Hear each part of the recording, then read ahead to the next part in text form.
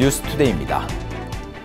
여수공항 이용객이 호남 고속철도 개통 이후에도 당초보다 크게 줄어들지 않은 것으로 나타났습니다. 한국공항공사 여수지사에 따르면 지난달 여수공항 이용객은 17,694명으로 지난해 같은 달 18,511명보다 4.4% 줄어드는 데 그쳤습니다. 이는 애초 관련 용역에서 호남 고속철도 개통 이후 여수공항 이용객의 37% 상당이 감소할 것이라고 예상했던 것보다는 선전한 것으로 분석됩니다.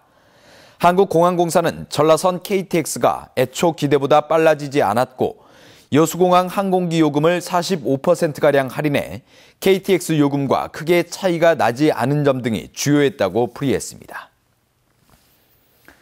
전남 지역의 올해 토지 가격이 지난해와 비교해 평균 6%가량 올랐습니다.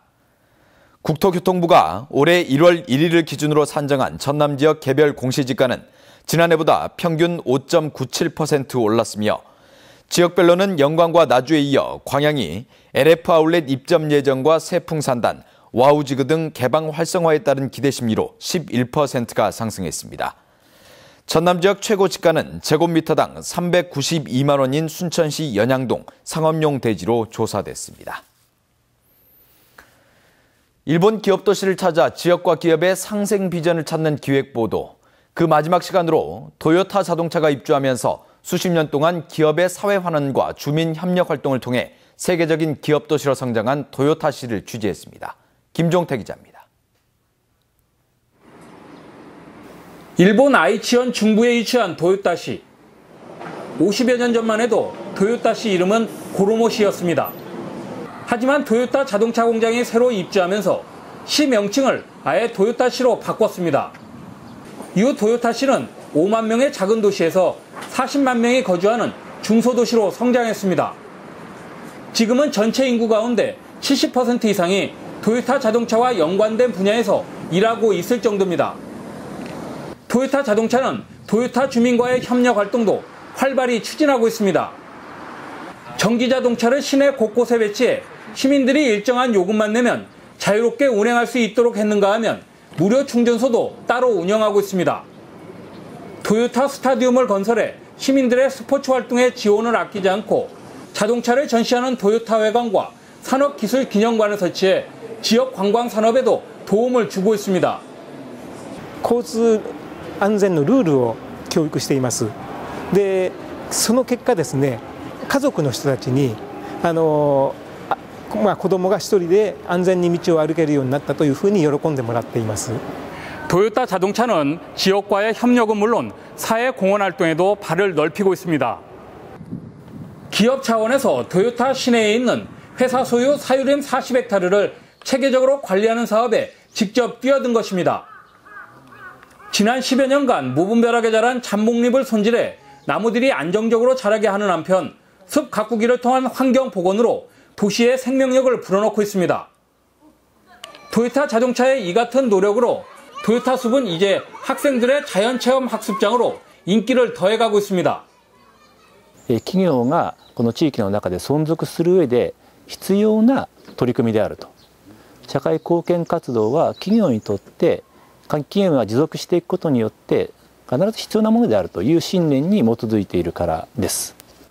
지역민이 지역 기업 활동에 직접 참여하고 기업은 지역민이 원하는 협력 사업과 사회 공헌 활동으로 모두가 잘 사는 도시를 건설하는 것. 도요타시의 기업 도시 이념이 기업과 지역민이 통해야 산다는 교훈을 그 어느 곳보다 우리에게 잘 전달하고 있습니다. トヨタ自動車がなかったらトヨタ市になっていなかったと思います。 MBC 뉴스 김종태입니다. 여수시 보건소가 해외 여행객들에 대해 메르스 감염 주의를 당부했습니다. 여수시는 현재까지 지역의 메르스 전염 환자가 알려지지 않고 있고 시민들에게는 전염 가능성이 낮은 상태지만 중동 지역을 여행했거나 여행 계획이 있는 시민들의 각별한 관찰과 주의를 요구했습니다. 또 당뇨 심부전 환자나 면역력이 약화된 시민은 해외여행 기간 농장과 시장 방문 때 낙타와의 접촉을 피하고 동물 접촉 전후 손을 깨끗이 씻어줄 것을 당부했습니다. 최근 순천에서 버스 사고로 10명이 넘는 시민들이 다쳤습니다. 전남 지역에서는 매년 100건이 넘는 시내버스 사고가 발생하는데 좁은 도로가 많은 데다 기사들의 운행 여건도 어렵다고 합니다. 권남기 기자가 취재했습니다. 옆으로 쓰러진 채 논에 처박힌 버스. 운전기사를 포함해 12명이 다친 이 사고의 원인은 빗길 과속이었습니다. 마주오는 버스가 정면으로 충돌한 사고. 좁은 시골길을 달리다 중앙선을 넘었습니다. 이 밖에도 최근 시내버스와 오토바이가 충돌해 2명이 숨지는 등 시내버스 관련 사고가 끊이질 않고 있습니다. 도로 폭이 좁은 데다가 좁은 도로가 많아서 이 다른 지역에 비해서 사고 이용량이 더 많은 편이에요. 버스 기사들도 할 말은 있습니다. 2교대 근무에 제대로 쉴 시간도 없이 팍팍한 운행 시간을 맞추기 위해 과속 운행을 할 수밖에 없다는 겁니다. 커브 돌 때 중앙선을 몰고 운행할 수밖에 없는 또 그런 너무 촉박하게 기사분들이 쉬는 시간도 없이. 전남지방경찰청에 따르면 최근 5년 동안 전남 지역에선 매년 100건이 넘는 시내버스 사고가 발생해 900명 가까이 다치거나 숨졌습니다. 특히 많은 승객이 타기 때문에 버스 사고의 경우 피해는 더욱 커질 수밖에 없는 상황. 실제로 전남 지역 교통사고 100건당 평균 사상자 수는 170명 수준이지만 시내버스를 포함한 버스 사고의 경우 평균 210명으로 20% 정도 높았습니다. 연이은 시내버스 사고에 농촌 지역 도로 교통시설 개선과 함께 버스기사의 처우 개선이 시급하다는 지적이 계속되고 있습니다. MBC 뉴스 권남기입니다.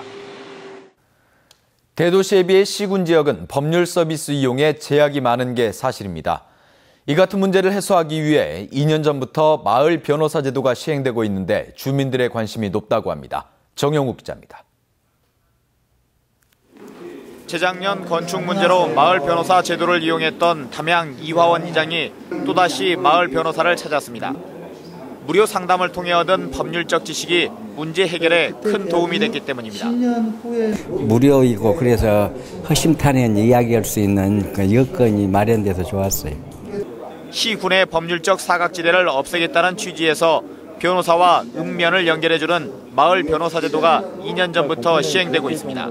변호사에 대한 어떤 굉장히 이제 괴리감이 너무 이렇게 동떨어진 그런 분이라고 생각했는데 가까이 해주니까 굉장히 좋아하시고 또 본인들이 이야기를 많이 하시는 것을 제가 느꼈습니다. 전남 일선 시군에도 200여 명이 마을 변호사로 활동하고 있지만 홍보 부족 등으로 이용률은 높지 않습니다. 이런 가운데 마을 변호사 제도를 알리는 설명회가 열렸습니다. 직접 현장에 찾아가서 마을 변호사 제도를 알려서 법률 서비스 접근성이 떨어지는 주민들이 이 제도를 이용함으로써 많은 혜택을 누릴 수 있게 하기 위해서 설명회를 개최하게 되었습니다. 우리 동네 변호사가 누구인지는 네이버 검색이나 읍면 사무소를 통해 연락처를 알 수 있고 대한변협이나 법무부를 통해서도 안내를 받을 수 있습니다. 또 마을 변호사에게 전화나 팩스, 이메일 등을 통해 상담을 요청하면 무료 상담이나 소송 지원을 받을 수 있습니다. MBC 뉴스 정용욱입니다. 개장을 앞둔 남도 소리 울림터는 최초라는 수식어가 많이 따르는데요. 남학 신도시를 대표하는 또 하나의 랜드마크 건축물로 눈길을 끌고 있습니다. 문현철 기자가 보도합니다.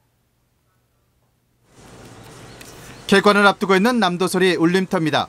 전국 최초의 한옥형 공연장으로 전통과 현대미가 어우러져 세련된 디자인을 갖췄습니다. 지하 1층, 지상 3층인 건물은 558석의 객석과 공연장, 연습실, 의상, 소품실 등이 들어서 있습니다. 남도소리 울림터는 자치단체가 건립한 최초의 국악 전용 공연장으로도 주목받습니다.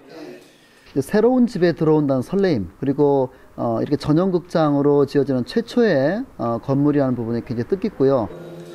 내부 벽면과 천정 디자인은 최적의 소리 울림을 만들도록 설계됐습니다. 생생한 무대 역동성을 표현하고 느낄 수 있도록 24대의 무선 마이크와 고출력 스피커 시스템이 시설됐고 움직이는 무대와 특수 조명 등 전국 어디에 내놔도 손색 없는 공연 시설을 갖췄습니다. 국악 강좌, 토요 상설 프로그램, 그리고 교류, 기획, 초청 공연을 통해서 도민 여러분들이 흥미롭고 신명나는 삶을 충족하는 데 최선을 다하도록 하겠습니다.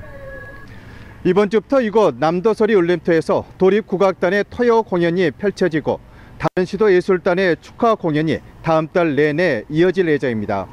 MBC 뉴스 문현철입니다.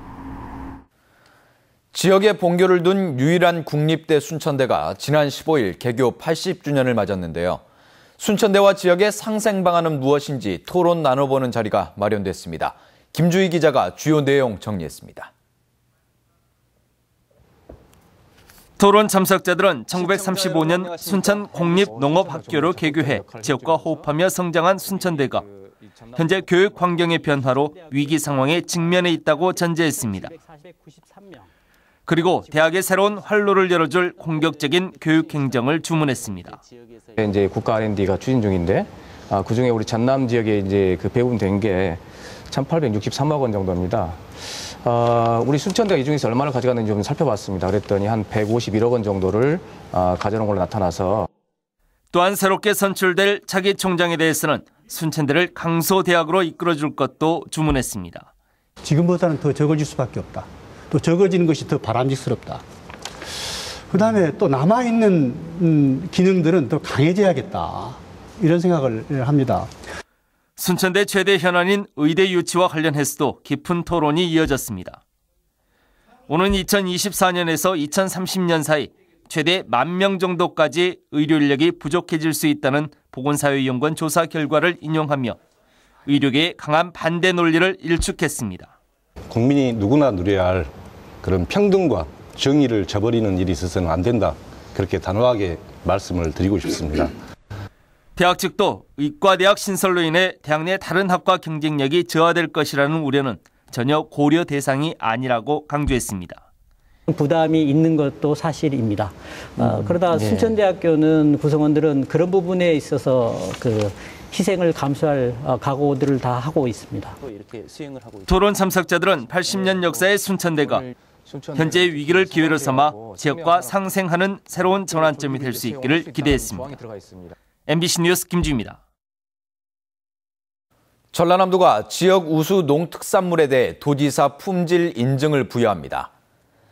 전라남도는 다음 달 11일까지 농산물과 음료수, 당류, 축산, 수산 등 8개 분야 43개 품목에 대한 도지사 품질 인증 신규화 연장 신청을 각 시군을 통해 접수한다고 밝혔습니다. 남부와 남부 일부 지방에만 폭염특보